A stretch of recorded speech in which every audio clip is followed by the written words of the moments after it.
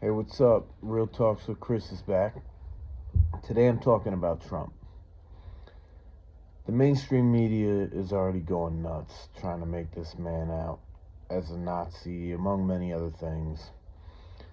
Their ratings are probably going to go way up because the other side of the equation, that's all they want to hear is how bad that he is. But think about it, guys. They went after this man every way from Sunday, with charges, impeachments, and everything, and the man's still standing. The younger generation hated him for 4 years ago, 8 years ago. Somehow he won with the younger generation this time.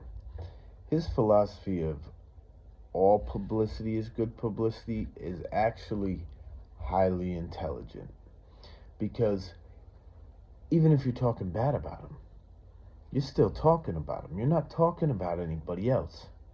And now the man is back in power. Seems the war in Gaza is already over. He said he would have that done before he was in office, and it was, I think, finalized like the day before he got in office. He's doing all these executive orders. We'll see how they all turn out. But at the very least, you have to respect the man. He never gave up. The harder people fought against him, he didn't back down. He fought just as hard. Now it's 2025. I think the best thing for him, to be honest with you, was a Biden presidency. Because a lot of people were concerned about things that didn't really matter. You understand what I'm saying? And then we had a Biden presidency where damn near the whole world was falling apart. The whole world was falling apart. Economics, like if you watch my previous two videos, this is only my third video on the channel, but I'm struggling right now. With Trump in office, I don't expect to be struggling because I expect there to be a lot of jobs, just like there was last time. There were so many jobs available, they couldn't find people to fill them. You understand? Everybody was hurting during the Biden presidency. I remember during Obama, right? My feeds on social media were filled with people struggling, wondering, hey, can I get a job? I work two jobs, but I need another one, right? Because the jobs weren't paying enough. The jobs were part-time, things of that nature. Everybody just crying. Oh, my kid's birthday's coming up. I can't get nothing. That just so much despair. And then Trump came in office. Everything changed. The media attacked him like crazy, but everybody in day-to-day life was living better. It's just the truth. Everybody's finances were better. Within the first year of him taking office, instead of people begging for jobs, I saw people talking about where they were going on vacation. New houses they were buying, new cars, like boats, just able to afford, and not only afford, but excel financially in life. They were expecting him to win, I think they said 45 out of the 50 states in 2020 before COVID hit. And then COVID hit. Everybody's got their own opinions about that, as do I. I don't know that I'm ready to share those on here yet. Maybe I will down the road. But I never got vaccinated. Trump, the craziest thing was when Trump was promoting it, everybody was against it on the left. Everybody. I'm not taking Trump's shot. The same shot, though, that when Biden took over and he promoted it, everybody was telling you don't love your grandmother and you don't care about your neighbors if you don't get vaccinated. But they changed the whole definition of vaccine. Like a vaccine, you're not supposed to get something. But anyhow, I digress.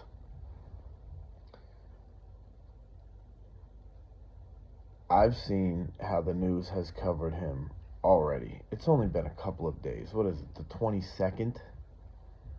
It's ridiculous. It's almost laughable because it didn't work for, well, I guess you could say it might have worked if 2020 was really what it was. But if not, all the Trump bashing won him the election. And it made people look at the mainstream media differently. A lot of people. People you would have never thought. I live in New York. There were a lot of people that could not stand Trump that voted for him. I think it was the closest presidential election in New York State in like 30, 40 years. I'm just saying. A lot of the things he talked about with things being pushed in schools, I witnessed that firsthand in New York. That actually made me move to Florida. I'm now back in New York because me and my wife split up and this is where my family is. But I can say that I feel more comfortable now going against the school boards up here if I have to, because people are not believing the news like they used to, even in New York. Even in New York. If Trump keeps his word like he did during the first presidency, I'm thinking we're going to see a Republican governor in New York. We could even see a Republican mayor in New York City. That's how much the tides are turning. And all from one horrible presidency of Joe Biden, if I do say so myself. Some of the most hardcore Democrats that I knew, switched sides this election. They switched sides. Almost unbelievable. The tides are turning, people. It's a beautiful thing to watch.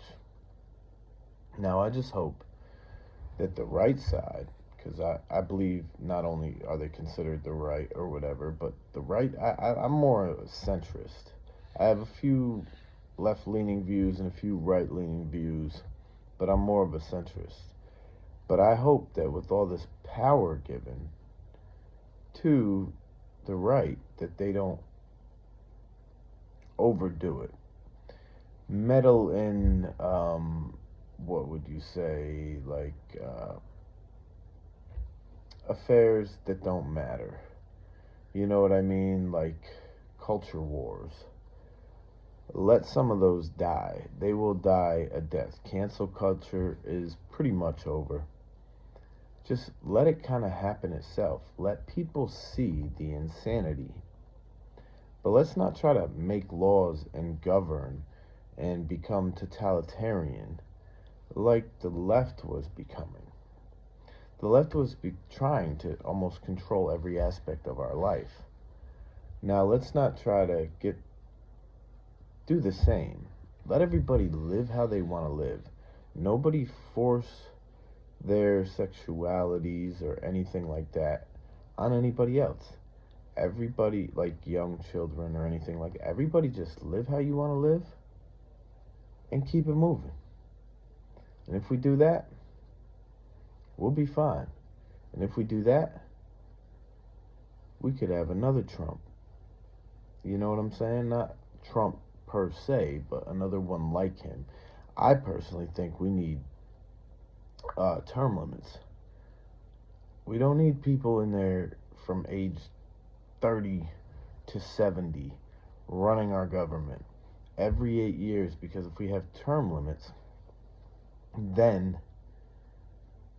the chances of corruption, it could still happen. People try to make a lot of money really quickly, but the chances of corruption, because they know that, well, we can't just invest in this one person for 40 years.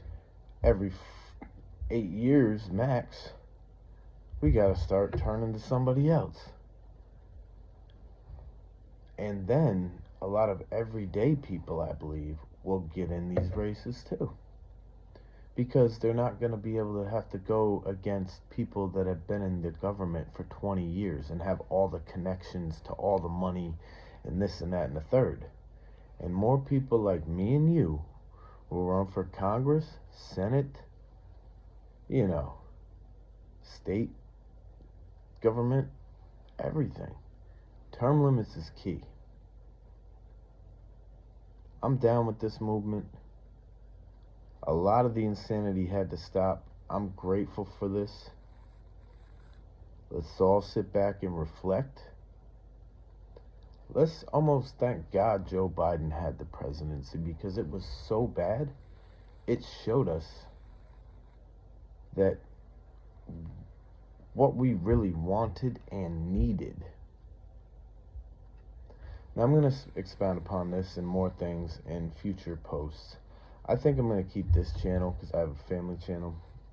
That's kind of like a politics, kind of like a struggle, but also positivity, because I don't plan to struggle forever. I'm a hustler. I figure it out. You know what I mean? All right, you guys. Thanks for tuning in. I'll be back soon. Trump 2025. God bless y'all.